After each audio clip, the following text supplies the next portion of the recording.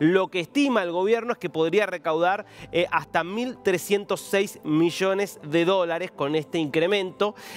Claro, ya se trata de una medida que hay que ver si el Congreso acompaña y en segundo lugar que ya va a tener un impacto en los bolsillos de los ecuatorianos, que no vienen precisamente de años en los que haya crecido demasiado su poder adquisitivo, más bien lo contrario. La economía ecuatoriana viene frenada y con contracción desde hace bastante tiempo y las arcas del Estado también vienen con problemas desde hace tiempo. Bueno, la pelota vuelve del lado de la Asamblea Nacional, por eso nos parece interesante escuchar la voz de parte de la Asamblea y estamos en comunicación precisamente con la asambleísta Ana Galarza del Movimiento Construye, referenciado en el asesinado ex candidato a presidente Fernando Villavicencio y que está en comunicación con nosotros desde Ambato.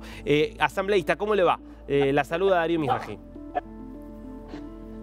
Buenos días, Darío. Un gusto estar junto a usted en este diálogo. Un saludo a todos también.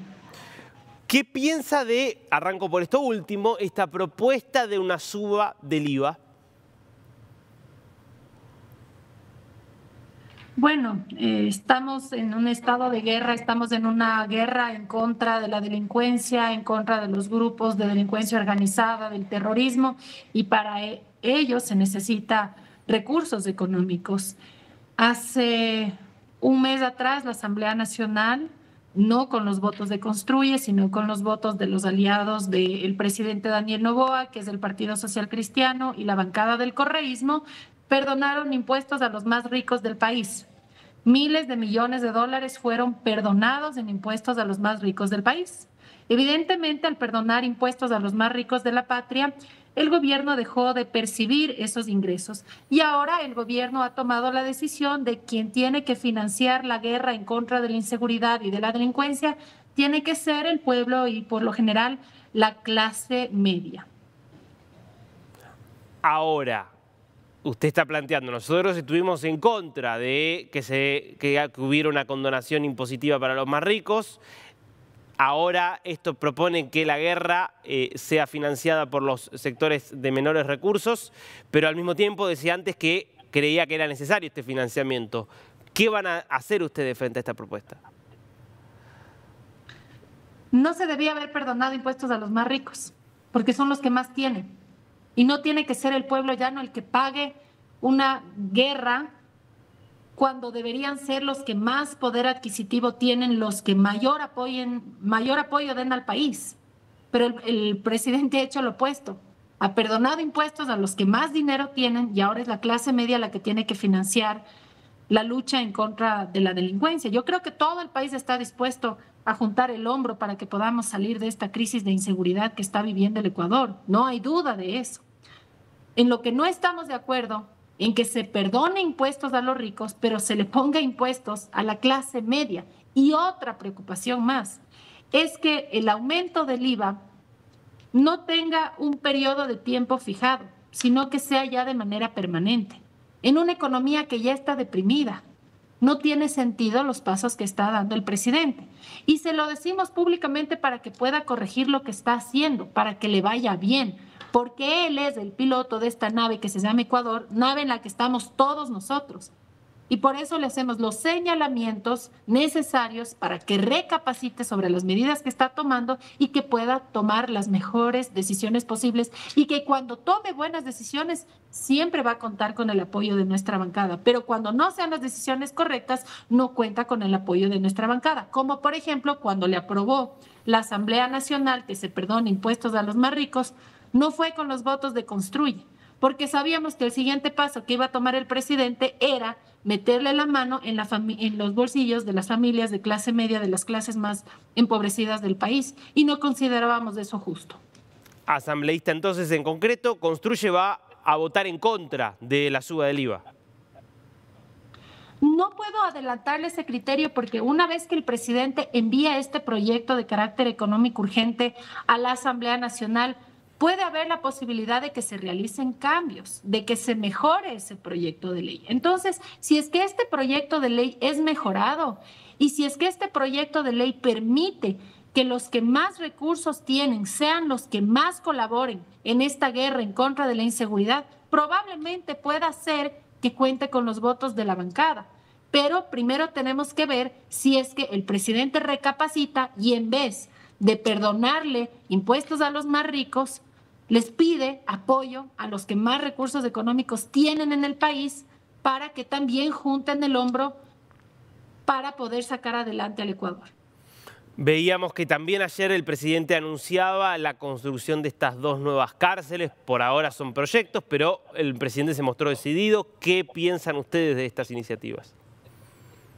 Sí es importante que podamos mejorar el sistema carcelario porque las cárceles actualmente en nuestro país son permeables. Y una muestra de que son permeables las cárceles es la fuga de Fito, uno de los cabecillas de uno de los grupos de delincuencia organizada más peligrosos y más grandes del Ecuador. Otra muestra es la fuga de Colón Pico, que amenazó en contra de la vida de la fiscal general Diana Salazar, que fue capturado, que se le llevó a la cárcel de Riobamba y que después de unas horas se fugó. Y estoy hablando solo de los cabecillas, porque en estas fugas se fugan otros TPL más. Entonces está claro que el sistema carcelario no está funcionando, como tampoco está funcionando el SNAI, como tampoco está funcionando inteligencia, y es difícil que funcione la inteligencia del gobierno si es que el presidente toma la decisión de poner al frente de inteligencia a un experto en caucho. De vuelta, para tratar de entender, más allá de las críticas que tiene a decisiones del presidente, como por ejemplo a quienes puso al frente de la inteligencia, ¿le parece entonces bien y acompañan que se hagan estas cárceles, sí o no? Sí, sí es necesario que tengamos unas nuevas cárceles, porque actualmente las cárceles que hay en nuestro país están llenas de caletas, están llenas de vías por las cuales se escapan los PPLs, las personas privadas de libertad. Así, el presidente tiene que hacer un correcto análisis dónde va a hacer las cárceles, cómo va a hacer las cárceles y además de dónde va a conseguir los recursos para poder hacer las cárceles. Asambleísta, más allá de lo que pasó ahora, digo, ¿por qué llegó a este punto Ecuador? ¿Qué se hizo mal en los últimos años? Ya, mire, era una campaña presidencial donde estaba participando un joven exministro de Finanzas, estaba también como candidato el padre del actual presidente de la República, era candidato Álvaro Noboa, un bananero, un hombre sumamente rico, y que al tener muchos recursos económicos Álvaro Noboa pues botaba la casa por la ventana en su campaña electoral. Y sucede que este exministro de Economía y Finanzas no contaba con todos los recursos que contaba el candidato Álvaro Noboa, así que deciden aceptarle dinero a las FARC. ¿Pero a cambio de qué? A cambio de que saquen la base de Manta, a cambio de que aprueben una tabla de consumo mínimo de drogas para poder legalizar el microtráfico, a cambio de que hagan un código orgánico integral penal totalmente permisible con la delincuencia, sobre todo con el narcotráfico, a cambio también de que se perdonen penas a los microtraficantes, a cambio también de que hagan una constitución, entre comillas, garantistas de derechos que les da muchos más derechos a los delincuentes que a la ciudadanía. Y es una serie de decisiones políticas, como por ejemplo la ciudadanía universal, que permite que ingresen personas de otros países sin pedirles sus antecedentes penales. Entonces, claro, ahí permitieron que ingresen sicarios, narcotraficantes, secuestradores, entre otros delincuentes desde otras nacionalidades. Por ejemplo, a nuestro amigo y candidato a la presidencia, Fernando Villavicencio, lo asesinaron 8 extranjeros con antecedentes penales que ingresaron libremente, legalmente a nuestro país, lastimosamente por la decisión política del expresidente Rafael Correa de que podían ingresar al Ecuador personas con antecedentes penales. Entonces, ¿por qué está el país como está? Porque se maldijo el día en que un candidato a la presidencia, por ganar la contienda electoral, le aceptó plata al narcotráfico y desde ahí pues ya se vendió a las mafias, sobre todo a las mafias del narcotráfico. Es una organización político-delictiva, está claro. Por ejemplo, en días anteriores se develó el caso Metástasis, donde se revelaban los chats que estaban en los celulares de Leandro Norero, alias El Patrón, cómo hablaba con operadores de justicia, pero cómo también se demostraba que fue el narcotráfico el que financió un soborno para lograr un habeas corpus a favor de Jorge Glass, ex vicepresidente de Rafael Correa. El narcotráfico pagó un habeas corpus para que se libere al ex vicepresidente de Rafael Correa. Entonces, mientras el correísmo sea financiado por el narcotráfico, siempre le van a estar haciendo favores a los grupos de delincuencia organizada. Asambleísta, bueno, le agradecemos mucho por este tiempo con DNews. Muchísimas gracias a ustedes por la invitación. Estamos siempre prestos a poder compartir esta información con quienes nos acompañan en este espacio. Un abrazo. Hasta luego.